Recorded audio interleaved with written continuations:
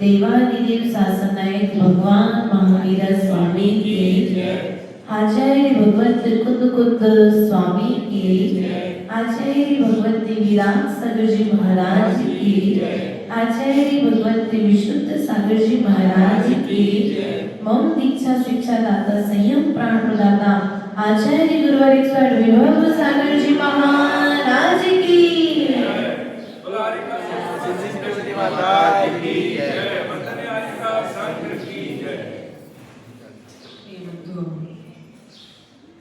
अपना विषय चल रहा है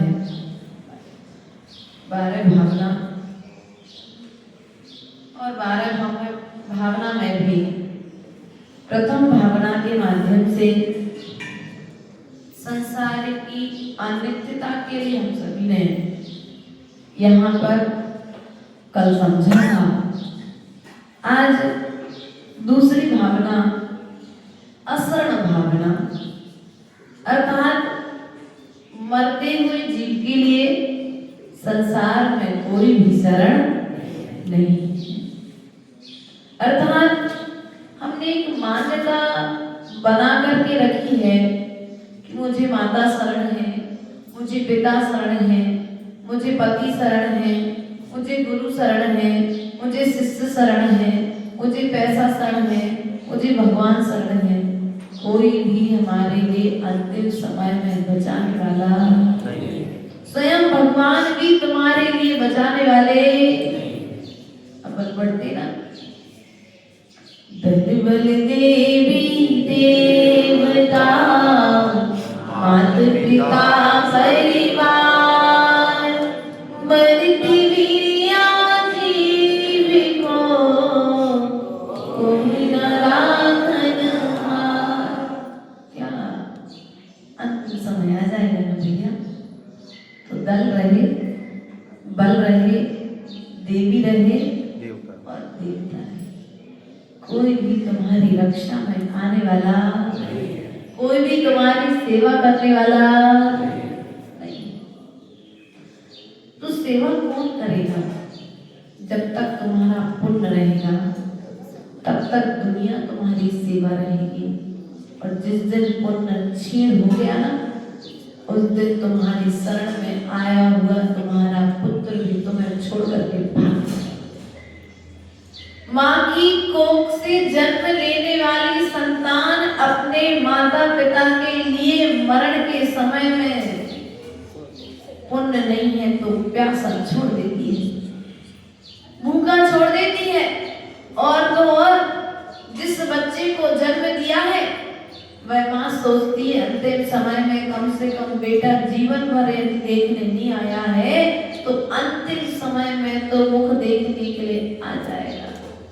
बड़ी आस और विश्वास के साथ में माता पिता सब अच्छा करते हैं, लेकिन अंतिम समय में भी बेटा कह देता है कि भाई पड़ोसी को फोन करके, भैया अगर मरण हो जाए तो तुम दाह संस्कार कर देना, पैसे में। आज स्थिति ये है। जिसके लिए तुम सब कुछ कर रहे हो, सब प्रकार के पापों में लीन हो, वह संतान भी तुम्हारे लिए अंतिम समय में दाग देने के लिए नहीं आएगी। तो अंतिम शरण कौन है? बोलो, अरहंतों की शरण में जाता हूँ, सिद्धों की शरण में जाता हूँ, आचार्यों की शरण में जाता हूँ, केवलियों के द्वारा प्रणीत धर्म की शरण में। अर्थात अंतिम शरण कौन है? कौन है? अरहंतों की शरण में आओगे तो समाधि मरण कर पाओगे, सिद्धों की शरण में जाओगे तो सम्यक मरण कर पाओगे, और साधु की शरण में जाओगे तो तुम्हारा प्रतिपल समाधि मरण में व्यतीत होगा। ऐसा तो नहीं कि साधु की शरण में रहते हुए भी तुम्हारे कुमरण की तैयारी चल रही है। जैसे परिणाम चलेंगे वैसे वैसे आयु का बंद हो जाएगा। ध्यान रखना, कई जीव ऐसे होते हैं संसार में जिन्होंने अशुभ गतियों का बंद कर दिया है, तिरंज गति, नरक गति आदि का वे जीव आनंद नहीं ले पाते अपने जीवन का। इसलिए यदि जीवन का आनंद लेना चाहते हो तो विचार करो कि अगर मैं मंदिर में आऊं, मंदिर में आने के पश्चात मैं भी देखो वो राजा सैनिक कारागृह में बंद था। मन में विचार आया था, बेटा तो हथौड़ा लेकर के ताला तोड़ने के लिए आया था, लेकिन नरक गति का बंद किया था ना, बस बेटा हथौड़ा लेकर के आ रहा है, पिता ये दृश्य देख रहा है, लेकिन बीच की बात मालूम नहीं है। हथौड़ा किसने लाया जा रहा है? ताला तोड़ने के लिए कि पिता का सर फोड़ने के लिए। पिता को मालूम नहीं है क्योंकि सैनिक कुमार के पास में अवधि ज्ञान नहीं है, लेकिन पिता ने सोच लिया अभी तक मुझे इतने कष्ट दे रहा था, अब मुझे आज हथौड़े से मारने के लिए आ रहा है। इसके हाथों से मरने से अच्छा है कि मैं इस जेल की सलाइयों में बच जाऊं और अपना सिर जेल की जो बनी हुई छड़ें थी और छड़ों में मान लिया, वहीं पर सैनिक मरण को प्राप्त करो। हमारी स्थिति भी वर्तमान पंचम काल में इसी तरह की है। हम भी सकारात्मक ना सोच करके हम नकारात्मक विचार कर लेते हैं, और नकारात्मक विचार के बल पर हम संसार में परिभ्रमण करते रहते हैं। शक्कर और खान बोलो एक से होते, कलर में कुछ डिफरेंट, कुछ अंतर है। शक्कर और खाद एक से है, लेकिन वही खाद यदि कोई पशु खा ले तो मर जाएगा, और वही खाद यदि खेतों में डाल दी जाए तो वो फसल व्यक्ति खाए तो वो पौधा, पक्षी खाए तो जीवन मिल जाता है। अंतर चीज एक सी है, कलर एक सा है, रंग रूप एक सा है, आकार एक सा है, लेकिन गुणवत्ता बोलो वही खाद गेहूं में दी गई तो तुम्हें जीवन देने वाली हो गई, और वही खाद तुम्हें सीधी ग्रहण कराई गई तो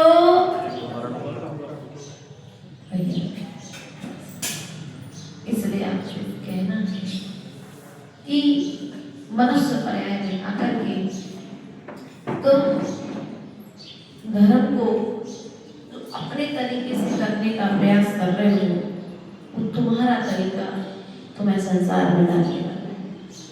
और जिस विधि से हमारे गुरु ने, हमारे पूर्वाचार्यों ने बतलाया है, यदि उस तरीके से धर्म करोगे तो निश्चित ही कर्म की निर्जरा होगी।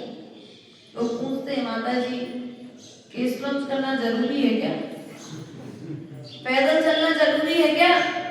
अंतराय आ जाए तो बाल दूसरी जगह दूसरी बार उठने की व्यवस्था होना चाहिए, एक ही बार क्यों उठते हो?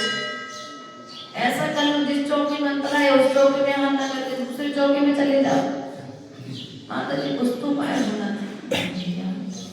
हमारे आचार्य ने कहा है ये शरीर अन्न का कीड़ा नहीं है, अर्थात हमें साधना करने के लिए भोजन करना है, भोजन करने के लिए साधना नहीं करना है। जितने में साधना हो जाए उतना भोजन पर्याप्त है।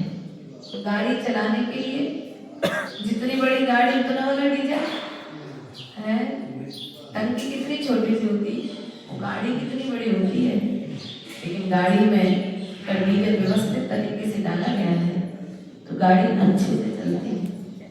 उसी प्रकार से आप लोगों के पास में भी विवेक होना चाहिए कि आप अपनी गाड़ी में क्या डाल रहे हो, क्योंकि जैसा डालोगे वैसा ही निकलेगा, बाद में तुम्हें वैसा ही मिलने वाला है। तुम जितनी गहराइयों में जाकर के राग करोगे, जितनी गहराइयों में जाकर के द्वेष करोगे, उस राग और द्वेष का फल किसी दूसरे को मिलने वाला। आज तुमने बेटे से राग कर लिया, एक जगह की सच्ची घटना बता देते आपको, बहुत समय पहले पढ़ी थी। एक घर में एक माँ ने अपने बच्चों को खूब पढ़ाया लिखाया, पिताजी का बचपन में ही मरण हो गया था और पढ़ा लिखा कर एक लड़का और एक लड़की उस माँ के थे। दोनों बच्चे पढ़ लिख करके बड़े हुए। पंकज जी पढ़ाई लिखाई करके बच्चे विदेश चले गए, पढ़ने लिखने लगे। हर महीने माँ फोन लगाती, बढ़िया बच्चे माँ के योग्य साधन धन आदि भेज देते। माँ ठीक है भैया पैसा आ गया है, लेकिन पैसा तो आ गया, लेकिन पैसा पुत्र और पुत्री के प्रेम की पूर्ति नहीं कर पा रहा। माँ को धीरे धीरे शुरू में तो बहुत आनंद आया कि मेरा बच्चा विदेश में नौकरी करता है। माँ फूल ही नहीं समाती थी, पूरे गांव में ढिंढोरा पीटती थी, अरे मेरा बेटा विदेश में है। समय निकलता गया, वृद्धावस्था लगी। अब जहां वह माँ मंदिर में जाती तो देखती कि पड़ोसी की माँ पड़ोसन अपने नाती पोते के साथ बढ़िया दरवाजे पर बैठी है, उनके साथ में खेल रही है, उनके साथ में बातें कर रही है, उन बच्चों पर लाड़ लुटा रही है। मंदिर आती हाथ पकड़ के अपने पोते को साथ में लेकर के आती। लेकिन अब इसके पास तो बेटे ने विदेश में ही विवाह कर लिया, खबर भेज दी माँ मेरे पास समय नहीं है, अभी वीजा नहीं बन पा रहा है, टिकट बहुत महंगा है, इसलिए मैंने यहीं पर विवाह कर लिया है, आपने वीडियो कॉलिंग पर आशीर्वाद। माँ ने वीडियो कॉलिंग पर आशीर्वाद भी दिया। वहाँ कुछ समय के पश्चात बच्चा हो गया, बच्ची को वहाँ पर बच्चे हो गए।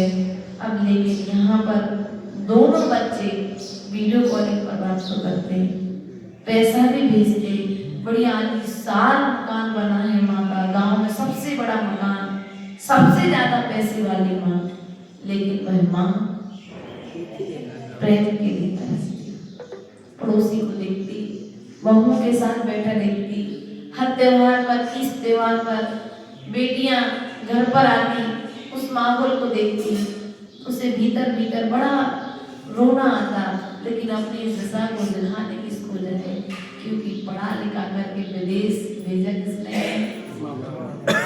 बोलो माँ ने स्वयं भेजा ना, और भेजने के बाद में वहीं पर बच्चा वापस। कल तुम्हारे साथ में कोई ऐसी स्थिति ना हो जाए। पैसा सामान दे सकता है, साधन दे सकता है, लेकिन पैसा प्यार नहीं दे सकता। पैसा अपनों की पूर्ति नहीं कर सकता है। इसलिए पैसे के चक्कर में इतने भी लीन मत हो जाना कि तुम अपनों से बोलना, अपनों के बीच में जाना, अपनों के बीच में रहना बंद कर दो। उस माँ के लिए खालीपन चुभने लगा। वह खालीपन धीरे धीरे बीमारी में परिवर्तित हो गया।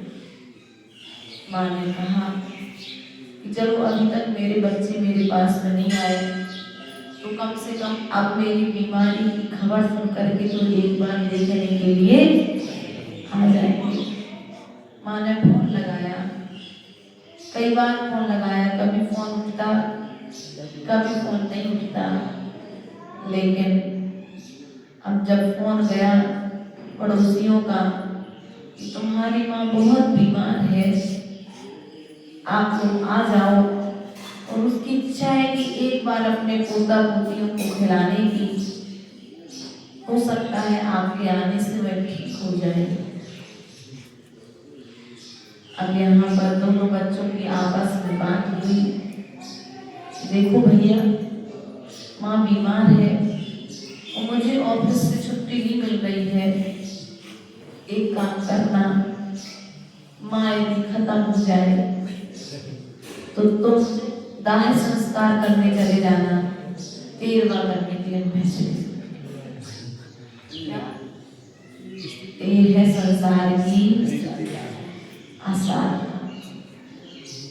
जिसके लिए तुम सब कुछ कर रहे हो, जिसके पीछे तुम भाग रहे हो, अच्छा पढ़ा रहे लिखा रहे हो, वो भी तुम्हारे लिए भविष्य में अपना समय देने वाला। इसलिए इतना पढ़ाओ, इतना लिखाओ, इतना होशियार बनाओ अपनी संतान के लिए कि वह सब कुछ करते हुए, धन कमाते हुए, पैसा कमाते, कम से कम तुम्हारे लिए तो समय। भगवान के प्रति तो कुछ, भगवान ने तो कुछ किया ही नहीं भैया, तुम्हारा ना अच्छा किया ना बुरा किया, तो भगवान से तो रिलेशन खत्म।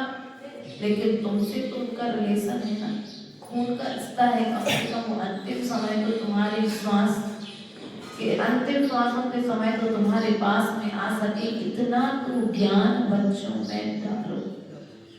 ऐसा नहीं वो धीरे से नौकरी करने गया और नहीं तुम्हें मकान।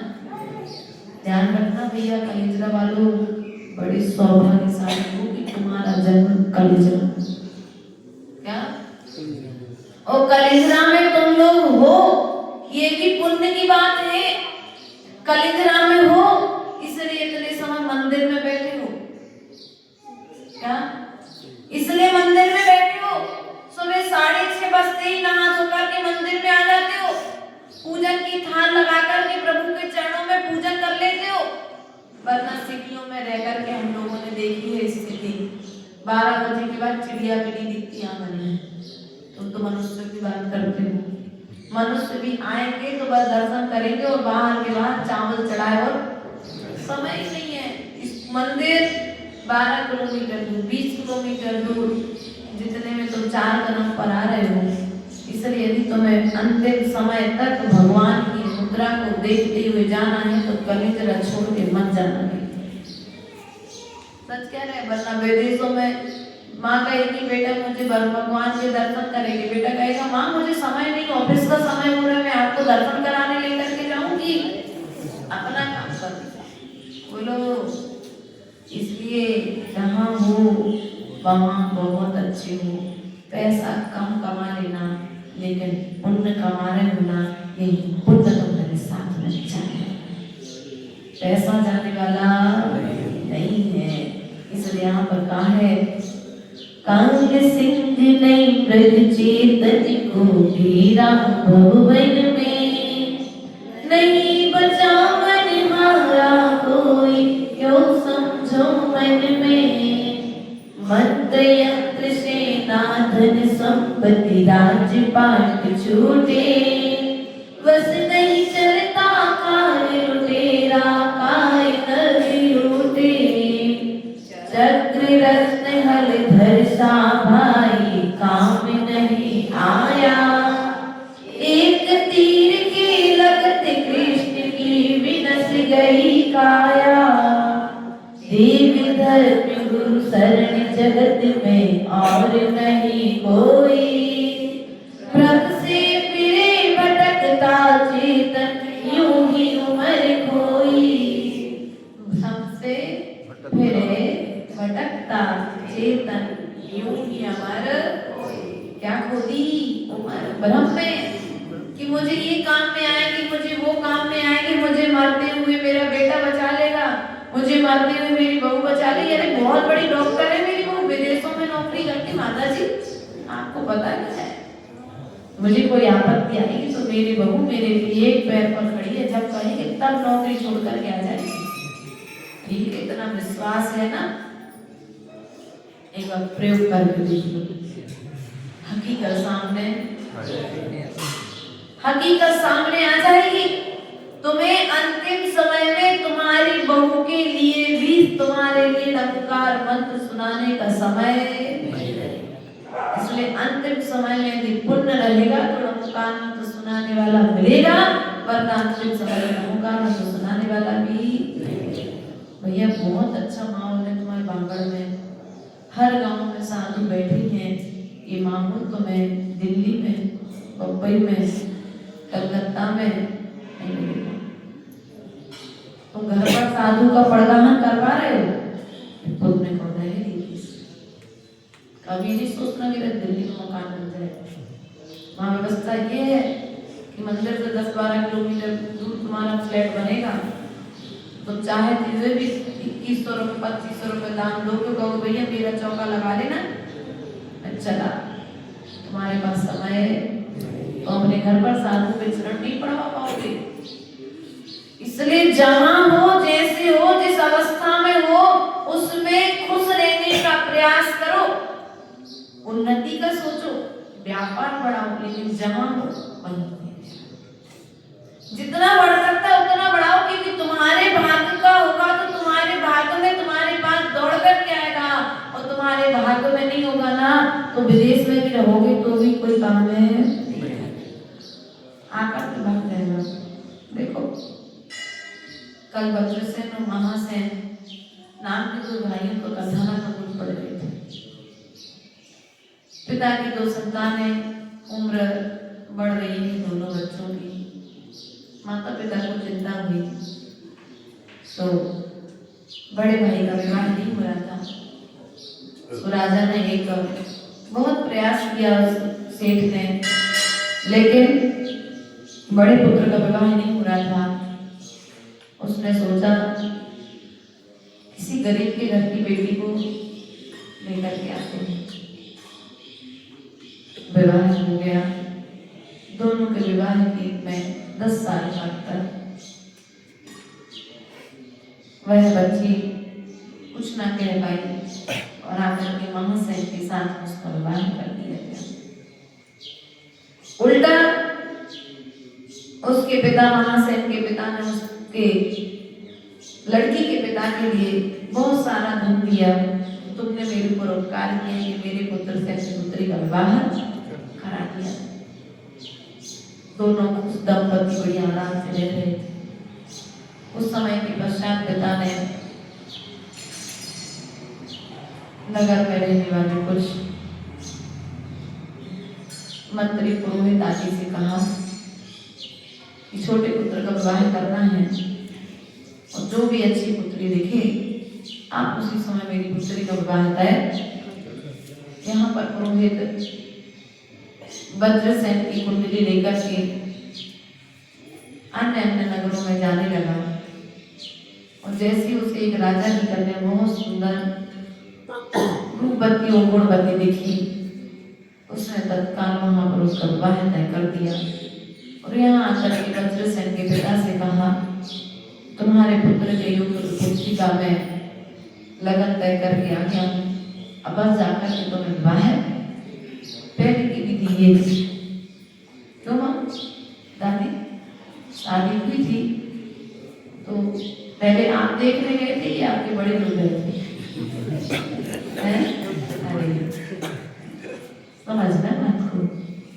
आज स्थिति क्या है, आज जमाना अरे पापा आपने क्या देखा, मैं खुद जाऊंगी, मुझे जाना है। तो मैं वो बेटियां खुद जा रही हैं, बेटे खुद जा रहे हैं, तो रिश्तों को टूटने में समय नहीं लगा। बड़े लोग जाते थे, संस्कार देखते थे, आज नए लोग जा रहे हैं, कमरा कैसा बना है, कमरे में बिस्तर कैसा डला है, कमरे का फर्नीचर कैसा है, लड़का व्यसनी है कि पैसे वाला है? व्यसनी वो चलेगा, पैसे वाला। और पहले के लोग क्या देखते थे भैया, बोलो संस्कार देखते थे। पैसा नहीं होगा तब भी चलेगा, लेकिन संस्कारित बच्चा है तो मेरी बच्ची का जीवन, पैसा कम रहेगा 2 रोटी खा लेंगे, कोई रसगुल्ले नहीं खाएंगे, लेकिन फिर भी जीवन तो अच्छा। वज्रसेन का धूमधाम से राजा की पुत्री के साथ विवाह हुआ। जैसे ही पुत्री के साथ विवाह हुआ तो पुत्र के छोटे भाई के विवाह के साथ साथ राजा की पुत्री तो बहुत सारा धन माल बहुत सारा आया। अब यहाँ पर भाई को भाई से द्वेष हो गया। तो देखो पिता ने मेरे साथ कितना बुरा किया। एक का तो विवाह है, छोटे भाई का विवाह तो राजकन्या के साथ किया, मेरा विवाह किसी तुच्छ के साथ कर दिया। अब वो भीतर भीतर दाह आग जलने लगी, बदले की आग जलने लगी प्रिय बंधुओं। और बदले की आग इतनी जली कि एक दिन ईर्ष्यावश बड़े भाई ने छोटे भाई के कक्ष में आग लगाई और आग लगाई और बाहर से सब दरवाजे बंद कर दिए। लेकिन फिर भी पुण्य का प्रताप तो आग से जलने से भी बचा रहता है। वे दोनों दंपति, वज्रसेन बोला निश्चित ही है जो आग लगाने का कार्य है मेरे भाई ने किया है। उसकी गुणवती स्त्री ने कहा देखो भैया अपना पाप कर्म हो रहे हैं ना, इसलिए सगा भाई तुम्हारे साथ इस तरह के कार्य करता है, तुम चिंता मत करो, अभी इस आग से बचने का प्रयास करो। दोनों वहां से निकले, जैसे तैसे जान बचा करके जंगल के मार्ग से होते हुए वे यत्र तत्र विचरण करते हुए रास्ते में जा रहे थे। एक नगर में घटना घटी। एक स्त्री के 2 पति, एक विद्याधर उसके पति का भेष बना करके वहां पर आ गया। और जैसे ही वहां पर आया तो स्त्री पहचान ना पाए कि मेरा असली पति। वह स्त्री सभी राज्यों में घूम कर के आ गई, लेकिन कोई भी राजा उस स्त्री का निर्णय ना कर पाया कि असली पति कौन है। और विचरण करते करते वह द्रोणगिरी के राजा के पास पहुंची। और जैसे ही द्रोणगिरी के राजा के पास पहुंची और यहाँ पर विचरण करते करते वह वज्रसेन भी वहां पर पहुंचा। तो राजा ने कहा कि अपने राज्य में जो वज्रसेन आया है वही इस बात का निर्णय करेगा। मंत्री ने तो मना कर दिया कि मैं कैसे पहचानूं एक असली पति कौन है। एक शकल, एक चिन्ह, एक से कपड़े, एक सा बोलचाल, एक सा नेचर। जब स्वयं पत्नी जो 20 साल से अपने पति के साथ में थी, वो पत्नी अपने पति को नहीं पहचान पा रही है, तो दो क्षण को मिलने वाले हम श्रावक कैसे पहचानेंगे। वज्रसेन ने कुछ भी नहीं किया। वज्रसेन ने एक छोटा सा घोड़ा मंगवाया। घोड़ा कहीं एक छोटा सा दरवाजे का निर्माण किया और उस दरवाजे के उस तरफ में उस स्त्री के लिए बंद कमरे में बंद कर दिया और कहा कि जो भी इस कमरे में इस दरवाजे को बिना खोले प्रवेश कर जाएगा वही इस स्त्री का पति होगा। बस क्या था, विद्याधर को तो बिक्री आती थी, तो उसने अपना सूक्ष्म रूप किया, दरवाजे में प्रवेश। वज्रसेन ने तत्काल पकड़ लिया कि असली कौन है और नकली कौन है। अब जब यहाँ पर असली नकली का निर्णय हो गया तो वह वज्रसेन ने उस बहरूप के विद्याधर के लिए पकड़ा और उसकी सजा दी गई और असली पति के साथ उसे स्त्री को भेज दिया गया उसके गांव वापस। उसके पश्चात राजा को मालूम पड़ा कि वज्रसेन ने ये निर्णय अच्छे से कर दिया है, तो वज्रसेन ने उसे मंत्री पद बना क्या कहा, तो भाई ने कक्ष में आग लगा दी, सो राज्य छोड़ करके भागना पड़ा जंगल और जंगलों में भटकते हुए। लेकिन यदि पुण्य का प्रताप तीव्र है तो जंगल में भ्रमण करते हुए कुछ संपत्ति प्राप्त, और दूसरे नगर में जाकर के नगर का राजा का मंत्री बन गया। ऐसे ही कभी भी किसी से ईर्ष्या मत करो, किसी के पुण्य का हम ले नहीं सकते और किसी के भाग में यदि नहीं है तो दे नहीं सकते। इसलिए प्रयास और पुरुषार्थ करो। अंतिम समय में यदि तुम्हारा काल अकाल समय मरण का समय आ चुका है तो बड़े से बड़े डॉक्टर को दिखा लेना, कोई तुम्हारे लिए श्वास देने वाला, बचाने वाला, और यदि तुम्हारा आयु कर्म शेष है तो महीनों महीनों व्यक्ति कोमा की स्थिति में पड़ा रहता है? बेड पर ही सब कुछ चलता रहता है, नलियों के माध्यम से भोजन डालना, आयु कर्म शेष है ना। इसलिए भगवान से इतना निवेदन जरूर करना रोज भगवान से कि भगवान यदि मेरा मरण तो निश्चित होना है, आज नहीं तो कल मुझे मरना है। अपन बोलते ना मरना सबको एक दिन अपनी अपनी बात, सबको मरना है, निश्चित है। तो भगवान से एक निवेदन जरूर कर लेना, भगवान मुझे मरना तो है ही, लेकिन इतना तो मेरा पुण्य अंतिम समय में संचित कर देना कि मुझे किसी से पानी ना मिले, मुझे किसी से सेवा न करानी पड़े। इस शब्द में अपने दादी और दादा के मुख से सुनती थी। हमेशा वो कहते थे कि ऐसा मरण हो जाए कि कभी किसी से पानी का गिलास भी ना मांगना। ऐसा नहीं था कि घर में बहुएं सेवा नहीं करती थी, सब साथ में रहते थे, सेवा करते थे, लेकिन फिर भी एक अपेक्षा कि सामने वाला जब तक पुण्य है तब तक करेगा, और जैसे ही पुण्य क्षीण होगा तो एक समय के बाद वह चिड़चिड़ाने लगेगा। वह गिलास जो भी प्यार से रखता है तो वह गिलास रखते ही भी टेबल पर आवाज आने लगेगी खाना के लिए। इसलिए वो खनखनाहट हमारे कानों का विषय बने, उसके पहले मेरा मरण अच्छे से। भगवान यदि आपको कुछ सेवा का फल देना है तो इतना देना कि मुझे किसी से सेवा ना करानी पड़े। यदि कोई सेवा करना चाहे तो इतनी सेवा कर दे कि अंतिम समय में मुझे नमोकार मंत्र अपने बच्चों से कह के रखना, जिन जिनको समाधि करना है कि डॉक्टर कहे कि गले की नलियां चौक हो गई, अब नली डालनी पड़ेगी नाक में से, मना कर देना बेटा मेरा समाधि मरण करा देना, लेकिन नदियों के माध्यम से खिला करके उनकी चिंता क्या है। वो जैसी जिंदगी है, स्वयं मुंह से नहीं खा पा रहे हैं, कोई बात नहीं, त्याग कर दो तो चारों प्रकार के आचरण का जीने की इच्छा क्यों, नरकों जैसी वेदना क्यों, नदी डालने में निकालने में कितनी तकलीफ होती है, और सामने वाला कह ही नहीं पाता, लेकिन दुख तो होता है।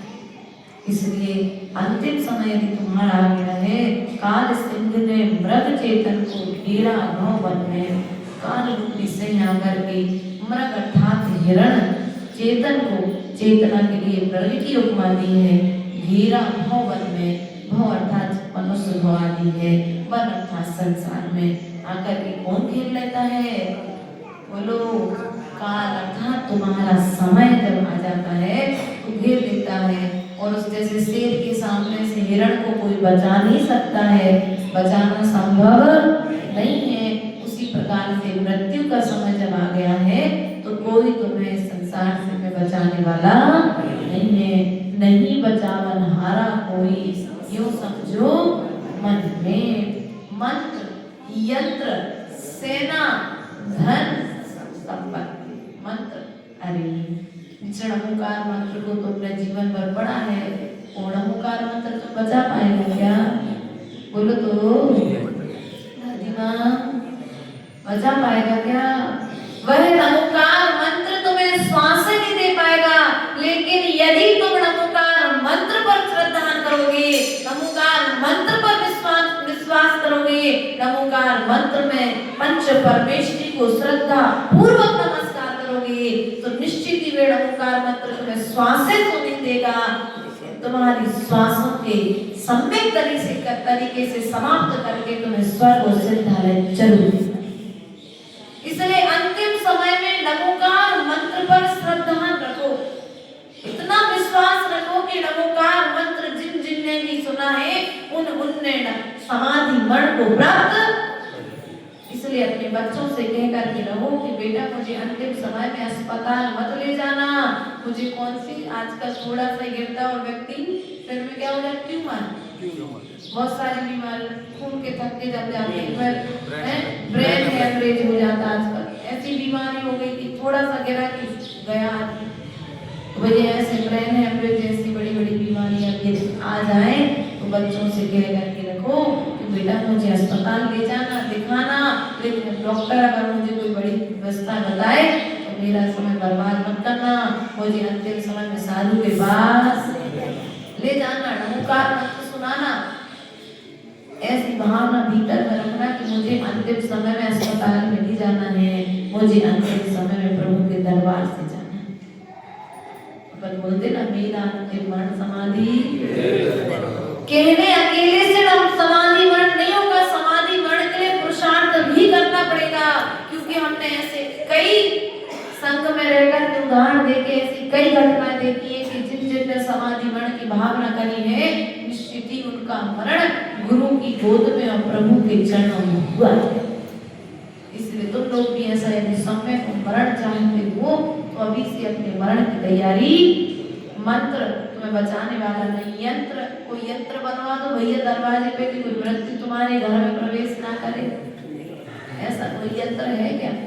अगर वो तो हमको भी दे देना, थोड़ी तक ज्यादा समय तक प्रभाव न कर लेंगे, ज्यादा समय तक संयम के साथ जीवन व्यतीत कर लेंगे।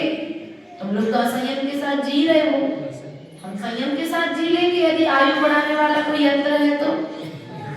है क्या ऐसा? है नहीं है, ऐसा कोई यंत्र भी नहीं है।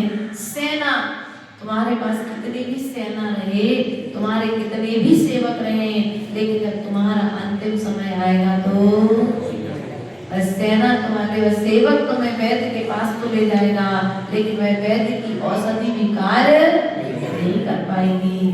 धन, जिस धन संपत्ति को तुमने जोड़ करके रखा है वह धन दे करके भी तुम्हारे लिए कोई श्वास देने वाला, ये संपत्ति अर्थात तुम्हारी जो प्रॉपर्टी है ये भी तुम्हारे साथ में जाने वाली, राजपाट छूटे, सब कुछ अंतिम समय में छूट जाता है। बस नहीं चलता काल लुटेरा, काय नगरी लूटे। क्या करता है? बस नहीं चलता काल लुटेरा, काय नगरी लूटे, चक्र रत्न धर धर सा हमारी काम नहीं आया। क्या? एक तीर से लगत कृष्ण की विनस गई काया, देव धर्म गुरु शरण जगत में और नहीं कोई, भ्रम से फिरे भटकता चेतन यूं ही उम्र हुई। इसलिए प्रिय बंधु, अंतिम समय में कोई भी किसी के लिए शरण नहीं है, मृत्यु से कोई भी नहीं बचा सकता है। तन में यदि घाव है तो डॉक्टर टाका लगा देगा, दवाई लगा देगा, लेकिन यदि मृत्यु का समय आ गया है ना तो वह थोड़ा सा फोड़ा भी गैंग बन जाएगा, वही थोड़ा सा फोड़ा भी कैंसर बन जाएगा, वही थोड़ा सा फोड़ा कोई बड़ी बीमारी का नाम लेकर के तुम्हें लेकर के, और तुम लोग उसके बाद में भी दादी को 80 साल में भी दाई लगा करके बैठी। हाँ, 80 साल की होगी दादी, लगभग कम क्यों हुई, थोड़ी मोटी 70 तो पार कर लिया, 70 हो गए, 70 में भी दादी को अभी है कि मुझे सुंदर, क्या कर रहे हैं आप लोग?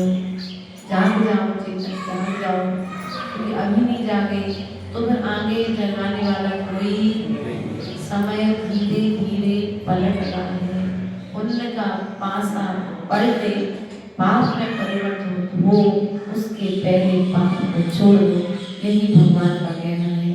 बोले भगवान महावीर स्वामी की, द्वादशांग माता की।